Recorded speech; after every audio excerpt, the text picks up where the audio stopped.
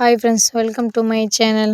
நம்ம பார்த்திங்கன்னா இன்றைக்கி நம்ம தோட்டத்தில் வந்து புதுசாக ஒரு வாழைக்குலை தள்ளி இருக்குங்க. பாருங்கள், வீடியோவில் உங்களுக்கு தெரியும். பார்த்திங்கன்னா ரொம்ப பெருசாகவே தள்ளி இருக்குங்க. இப்போதைக்கு பார்த்திங்கனாலே 9 சீப் வந்து வந்திருக்குங்க. இன்னும் எப்படியும் வந்து இன்னும் ஒரு 4 சீப் எதிர்பார்க்கலாங்க. மொத்தம் ஒரு 13 சீப் அளவுக்கு வரும் அப்படின்னு சொல்லிட்டு எதிர்பார்க்குறோம். ஓகேங்களா?